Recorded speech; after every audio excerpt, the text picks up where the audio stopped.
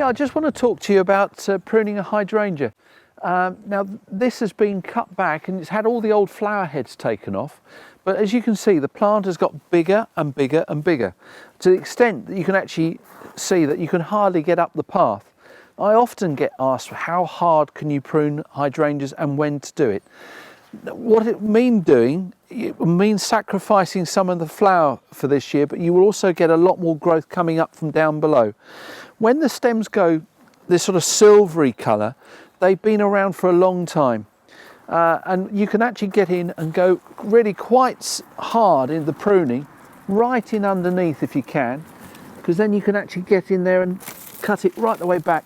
So it means sacrificing these flower buds. So I'm going to, because it's overhanging the path, I'm going to be really quite brutal, cutting it right back in the base here. Actually, I've just found that was an ash seedling, which I've just cut out.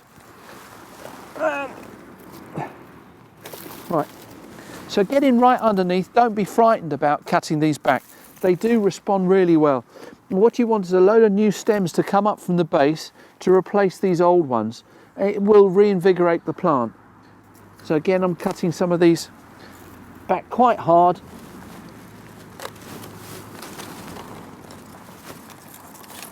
So these old, gnarly old stems are the ones you really want to get rid of. They've lost their vigour and there's no real strength, and it won't produce any flowers to speak of. And these crisscrossing ones, they're rubbing as well. So you cut that right out. And as you can see, all of a sudden, you're opening up the path again. And with the thicker pieces, oh, there's a Daphne I've just found tucked in underneath here that's in flower, which I didn't know was there. So I'm just going to get these dead bits out, which just snap off. See, there's nothing there at all. I'm going to get the loppers in a second. Just going to cut a bit more above my head. And because you're going in underneath, you're actually sort of making the plant look as though it has been butchered all the way over. So now, I don't know whether you can see that here. There's some little buds that are breaking here. So you can actually cut back to those. And that will regrow. And the same with that one down there. And this one across here. And this one just down there. And then this little Daphne Mesotherium with its purple flowers, highly scented. I've just got to cut another bit off there because the hydrangea had grown through it. We're going to open this up now, make more of a feature of the Daphne, because he's been lost for a year or two.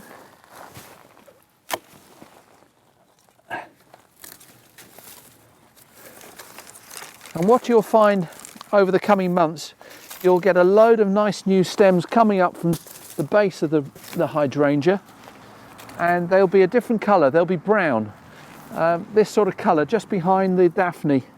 If I can pull that forward gently, that's a nice new stem. That's what you want coming from down in the base of the plant. I'm going to have a sniff. Oh, fabulous. Daphnes and scent in a garden is so important. Whether it's roses or Daphnes, any scented plants, just love them.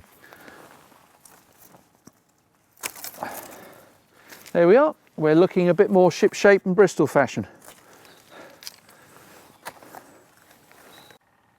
As you can see, I've been pretty brutal with this, and you can see the piles of detritus. I haven't quite finished yet.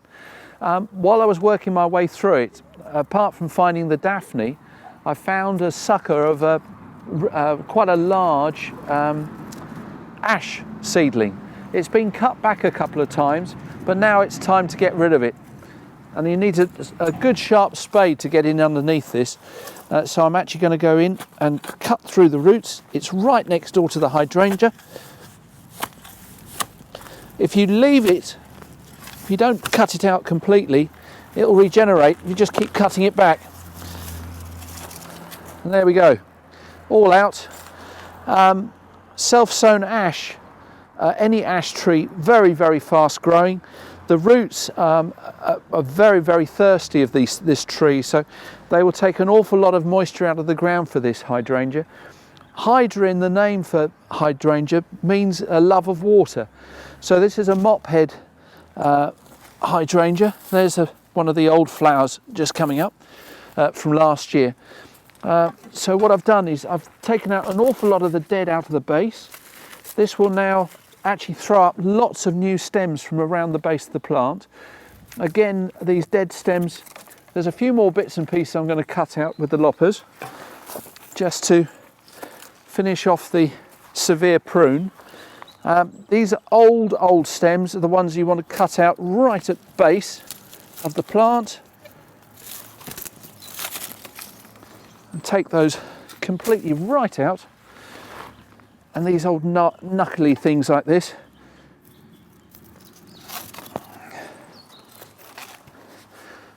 this one here, and then again, as you want to put a good mulch of compost around the base and a little bit of fertilizer, even just grow more.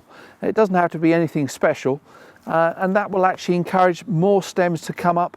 So this lot would all flower on the top come sort of June, July time. And then you'll get another surge of new growth, all these nice red brown stems. You'll get all that coming from the base of the plant, and those will actually then produce flowers again late in the summer, perhaps September, October time. So that, in essence, apart from these last few at the back here, is the job done. So out that comes, and you can see it's a completely different plant to what it was.